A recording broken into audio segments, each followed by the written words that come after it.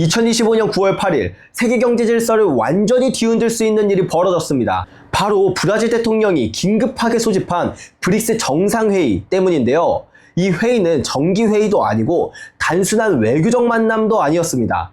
미국이 브라질과 인도에 무려 50% 관세, 남아공에는 30% 관세를 부과하면서 시작된 전례 없는 긴급 대응이었죠. 브라질 룰라 대통령은 이를 단호히 관세 협박이라고 불렀습니다. 대부분의 사람들은 브릭스를 그냥 유명무실한 국제 모임 정도로 생각을 합니다. 국가들이 모여서 원론적인 이야기나 하고 빈약한 성명서나 발표하는 그런 모임 말이죠. 하지만 이번 회의는 달랐습니다.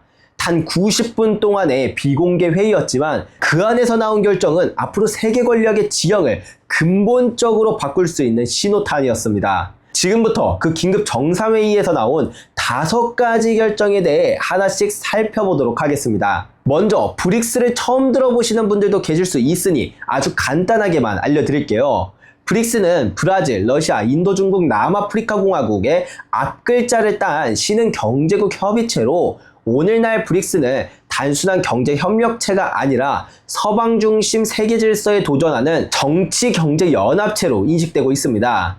이러한 흐름은 최근 들어 더욱더 가속화되기 시작했는데 2024년 이집트, 이란, 아랍에미레이트를 포함해 총 6개국이 정회원으로 확장되었고 2026년에도 베트남, 쿠바, 태국, 말레이시아를 포함해 총 10개국의 파트너 국가가 합류했습니다. 그래서 트럼프 행정부는 이번 관세로 계속해서 확장되고 전이되는 브릭스를 분열시키고 약화시키려 했습니다. 그런데 결과는 정반대였는데요. 오히려 이 관세가 브릭스를 하나로 묶어주는 공동의 적, 공통의 원인이 되어버린 겁니다. 생각해보세요. 브릭스는 지난 17년 동안 내부 갈등이 끊이지 않았습니다. 인도와 중국의 국경 분쟁, 정권 교체, 이념적 차이, 수많은 문제가 있었죠. 하지만 단 한 번도 정상회의가 무산된 적은 없었습니다. 이질성은 브릭스의 약점이 되지 않았습니다. 브라질의 룰라 대통령은 미국의 행위를 황제를 자처하는 행위라고 비판했습니다.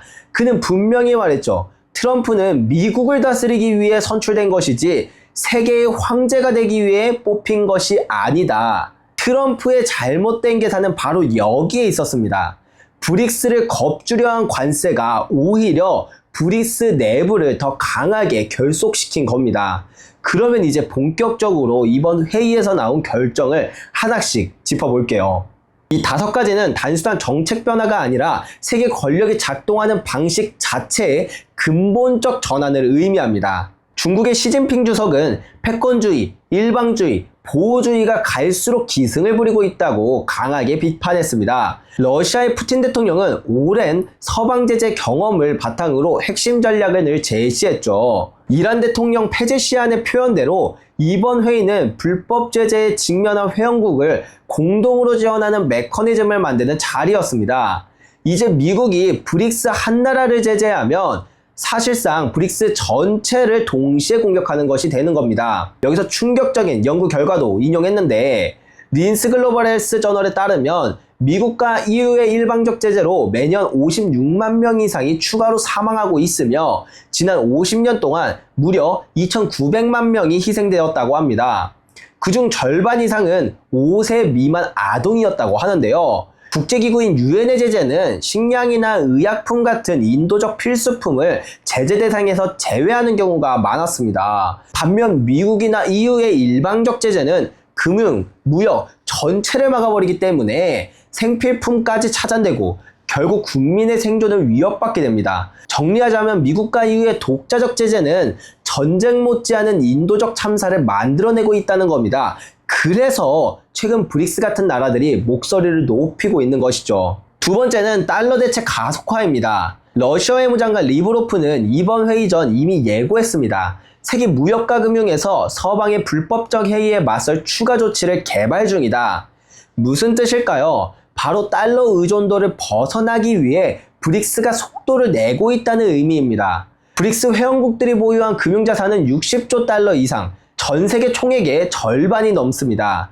인도의 가장 큰 무역 적자가 바로 브릭스 내부에서 나오는데 이게 단순한 부담이 아니라 오히려 루피 결제를 확대할 기회라는 겁니다. 사실 달러도 마찬가지였습니다. 미국은 전 세계에 막대한 무역 적자를 쌓으면서도 그 적자만큼 달러가 해외로 흘러가고 다시 무역과 금융에 쓰이면서 결국 달러 시스템이 세계를 지배하게 된 거죠. 즉 인도의 무역 적자는 루피를 국제적으로 퍼뜨릴 수 있는 기회로 쓸 수도 있다는 겁니다. 실제로 브릭스는 이미 달러에서 벗어나기 위해 많은 것들을 진행했고 또 더 진행 중인데요. 달러 자산을 줄이고 금을 매입해오면서 각국 중앙은행들이 달러 대신 금을 축적하고 있습니다. 자국 통화 결제를 통해 회원국 간 무역에서 자국 통화 사용을 확대하는 중이죠. 곡물거래소를 설립하여 달러 기반 시장이 아닌 독자적 가계 책정 시스템을 개발하고 있습니다. NDB, 신개발은행을 설립해 서방 중심의 IMF를 대체하는 다자보증 메커니즘을 구축하고 있습니다. 결론적으로 트럼프는 달러 패권을 지키려 했지만 역설적으로 브릭스의 탈달러화 명분만 제공한 셈입니다. 세 번째는 다자개혁 선언입니다. 이번 회의에서 모든 정상들이 입을 모아 말한 게 있습니다. 현재 시스템은 실패하고 있다. 하지만 다자주의를 버리자는 게 아닙니다. 오히려 시진핑은 보다 공정하고 정의로운 글로벌 거버넌스 체제를 요구했습니다. 룰라는 UN 안보리 개혁을 구체적으로 제안했습니다. 라틴 아메리카, 아프리카, 아시아에서 새로운 상임 비상임 이사국을 추가하자는 겁니다. 이집트 대통령은 더 직설적이었습니다. UN 안보리는 이제 본연의 임무를 수행할 수 없기 때문에 신뢰가 급격히 떨어지고 있다. 남아공의 라마포사 대통령은 이렇게 말했습니다. 합의는 협상으로 만들어지는 것이지 강압으로 만들어지는 게 아니다. 즉 글로벌 사우스의 목소리를 반영해야 한다는 요구였습니다.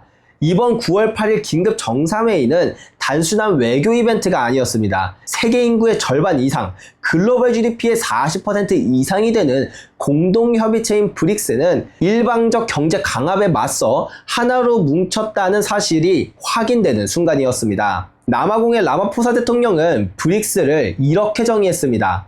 현 글로벌 혼란 속에서 안정적이고 예측 가능한 상호 이익의 무역 파트너다. 우리는 지금 단극 세계에서 다극 세계로 이동하는 역사의 전환점에 서 있습니다. 그것도 예상보다 훨씬 빠르게 말이죠. 네 번째 중요한 핵심은 무역재편 전략입니다. 이번 브릭스 긴급회의에서 가장 실질적이고 바로 눈앞의 현실과 연결되는 결정이 바로 무역재편 전략입니다.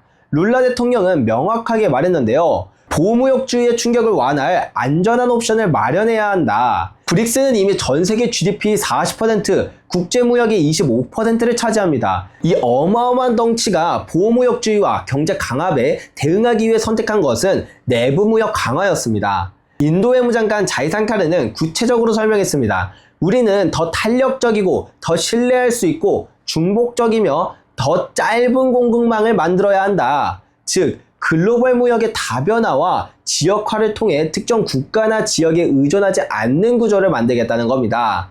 여기서 중요한 건 단순히 무역량을 늘리는 게 문제가 아닙니다.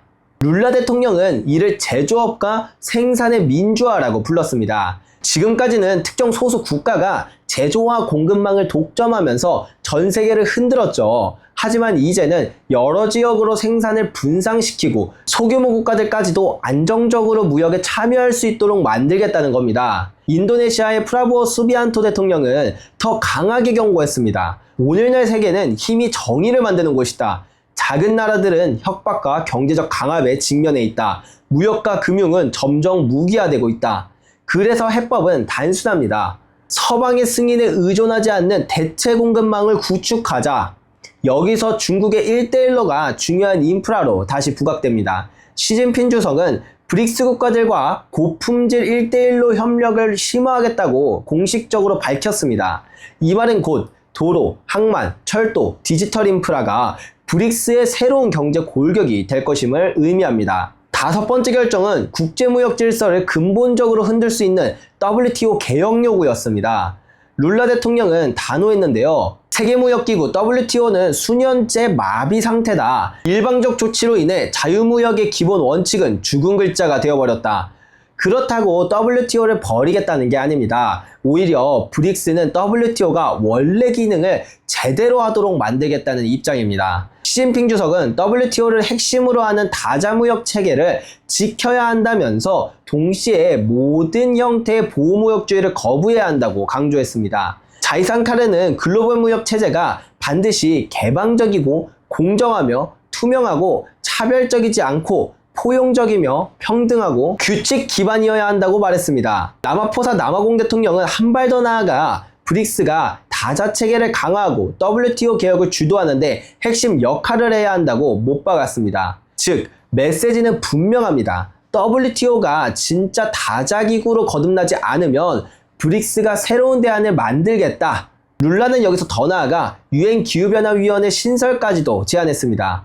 이는 경제 문제를 넘어 기후 문제까지 글로벌 거버넌스를 재편하겠다는 이상을 보여주는 대목입니다. 이번 긴급 정상회의에서 가장 강렬한 장면은 역시 룰라 대통령의 연설이었습니다. 그는 이렇게 말했습니다. 세상은 점점 불안정해지고 있다. 일방주의로는 평화도, 정의도, 번영도 가져올 수 없다. 이제 브릭스가 새로운 다자주의의 목소리가 되어야 한다.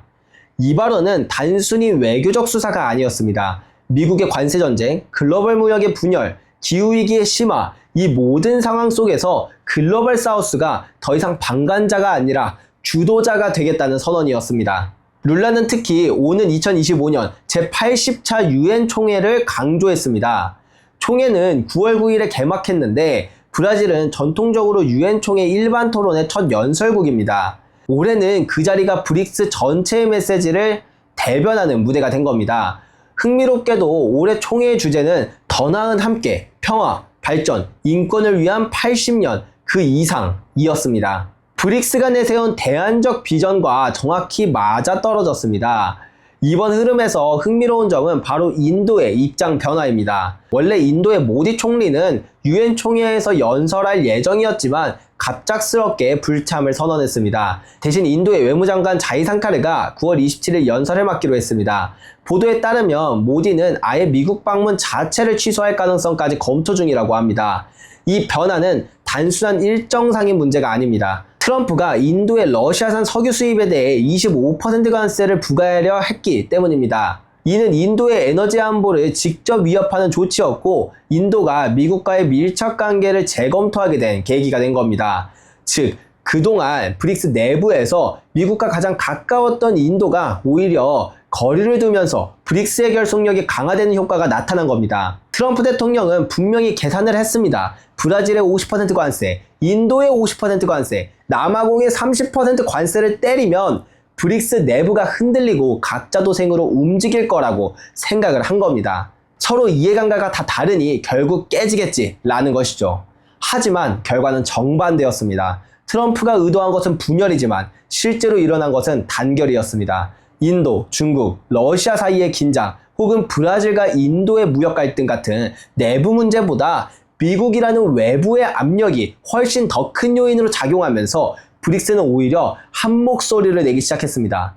여기서 중요한 건 이 단결이 단순한 방어 차원의 반응이 아니라는 겁니다. 이번 긴급 정상회의는 위기에 쫓겨나온 대책이 아니라 장기적인 전략적 변화를 가속화하는 촉매제가 되었다는 점입니다. 브라질은 트럼프의 관세에 대응해 8월 5일 WTO에 제소했습니다. 명분은 분명합니다. 이 관세는 세계무역규칙 위반이다. 여기서 흥미로운 포인트는 미국 법원조차 트럼프의 관세 상당수가 불법이라고 판결을 했다는 사실입니다. 이건 브릭스에 엄청난 법적, 도덕적 우위를 줍니다. 룰라 대통령은 이런 법적 무기를 정치와 연대에 결합했습니다. 그는 이렇게 말했는데요. 집단적 입장 없이 협상하는 것은 노조 없이 노동자가 시장과 협상하는 것과 같다. 즉, 브릭스는 이제 단순한 피해자가 아니라 국제법의 수호자라는 위치에 서게 된 겁니다. WTO 소송은 단순한 절차가 아니라 글로벌 사우스 전체를 결집시키는 도구가 되고 있습니다. 트럼프는 1월에 이렇게 말했습니다. 브릭스가 우리 달러를 세계 표준에서 끌어내리려고 한다. 그래서 100%까지 관세를 물릴 수 있다. 그의 말은 의도와 달리 브릭스에게 완벽한 명분을 줬습니다. 이제 브릭스는 숨기거나 우회하지 않습니다. 대놓고 탈달러와 전략을 공식화했습니다. 자, 여러분 어떻게 생각하시나요? 브릭스가 진짜로 글로벌 사우스의 목소리를 대변하고 새로운 세계 질서를 이끌 수 있을까요? 아니면 내부 분열과 현실적 한계 때문에 힘이 약화될까요? 물론 브릭스가 앞으로 나아가는 길이 쉽지만은 않습니다. 인도와 중국의 갈등, 경제적 불균형, 여전히 강력한 달러 패권까지 이런 어려움은 분명히 존재합니다. 하지만 우리가 정말 주목해야 할 건 방향입니다. 브릭스는 분열이 아니라 연대를 향하고 있고 종속이 아니라 자립을 향하고 있으며 과거의 단극 질서가 아니라 새로운 다극 질서를 향해 나아가고 있습니다. 결국 역사는 완벽한 조건에서 만들어지는 게 아니라 이런 불안전함 속에서도 어디로 가느냐에 따라 달라집니다. 그렇기 때문에 지금 브릭스의 방향성이야말로 우리가 가장 눈여겨봐야 할 지점입니다.